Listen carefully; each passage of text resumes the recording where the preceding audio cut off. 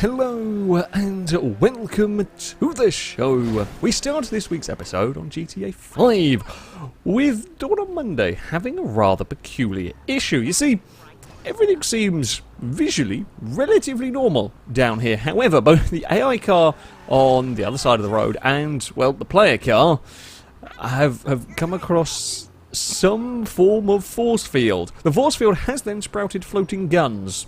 Floating guns are less helpful, that much is for sure. Whatever it was also enough to upset the police. But there is, a floating gun on this side that you can't walk past. I mean, I presume attached to somebody? Possibly? You can kind of go around like the corners and you can kind of go through ish a little bit in the middle if they get it right. The police have now turned up, police start shooting, a shot then pops into existence and buggers off. I mean, I'm not sure what GTA was up to, I'll be honest. Eventually the player gets killed, but I don't know what GTA was up to. Mr. Payne on GTA 5 is having some trouble with a flying bike. Yes, a flying bike is not as easy as you might expect to apparently get going up a hill. Either way, you make mistakes with the bikes. That's one thing. It's crashed, you fall off, somehow survived quite a long slide down the mountain, but there we go. The mystical, magical fly vehicle is still in one piece. So you go back to boosting back up the hill. Still, it's same mistake. A little bit too low for the boost. So much airtime this one around that it's time to pull a parachute. Less injury to the person, however, the bike, well, that's off down the mountain. Yep, but no more flying bike for you. That's going to be a long walk to gather that one. Red Glisco up next. Still with the bikes, not a flying one. This one, or not supposed to be, at least. Messing around waiting at the start and trying to climb over a concrete barrier ends up in a flingy, fly person. Yes, it's not quite how bikes are supposed to work, really. But it does the job, I guess. Sergio Turbo next on Just Cause 3 with an AI having some issues with the plane. First of all, it wasn't even a bumpy landing. I don't know what they hit. I think it might be where the surface changes.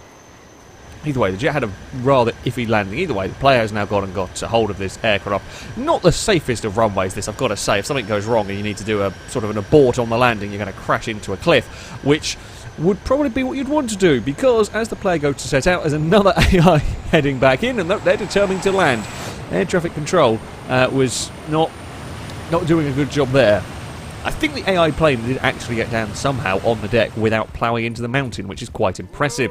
WP Demolition up next on Red Dead Redemption has spotted some corpses. I presume some sort of shenanigans went on here. Either way, there's stuff to be looting, so naturally that is what you are going to be doing. However, this horse turns out not as dead as you initially think. Yeah, sneaky playing dead horse. It doesn't look very healthy, I'll say that much. I think that's a zombie horse there. I'd run away fast.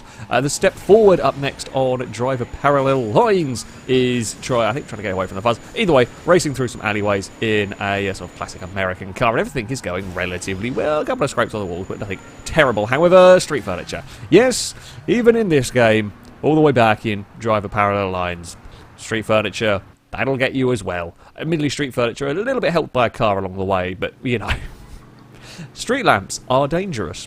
Starlight Glimmer up next on State of Decay 2 is driving in a convoy heading to some location, and it turns out lag in this game does very bad things to cars. The vehicle we are following does a large number of rolls. I don't even know what happened to the other one.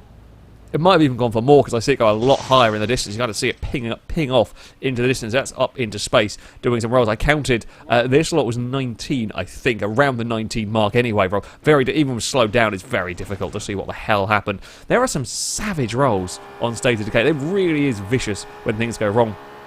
Johnny up next on Test Drive Unlimited, driving around with a Platinum mod, is carrying an awful lot of speed with the C63 AMG and just misjudged the corner a little bit. He's running a touch wide, hits a electricity pylon, and that's apparently a lot bouncier than you'd expect.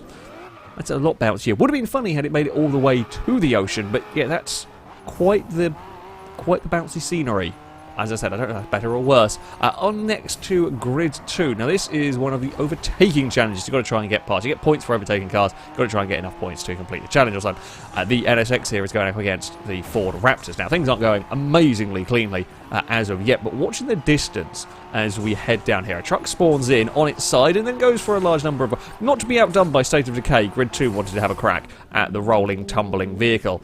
A Calars on Beamng Drive is racing against an AI with a little bit too much speed over a jump, scoops an AI car out of the way, and I think deposits it off down the cliff. We don't actually see. I mean, that's a way to overtake the opposition, not the way normally, or a safe way, or a way to do it without damage. However, a fairly impressive scoop nevertheless. And finally, Mr. Rection on Wreckfest is driving the Firefly, actually. Puts an AI car slightly wide over the banking. AI car goes for a tumble.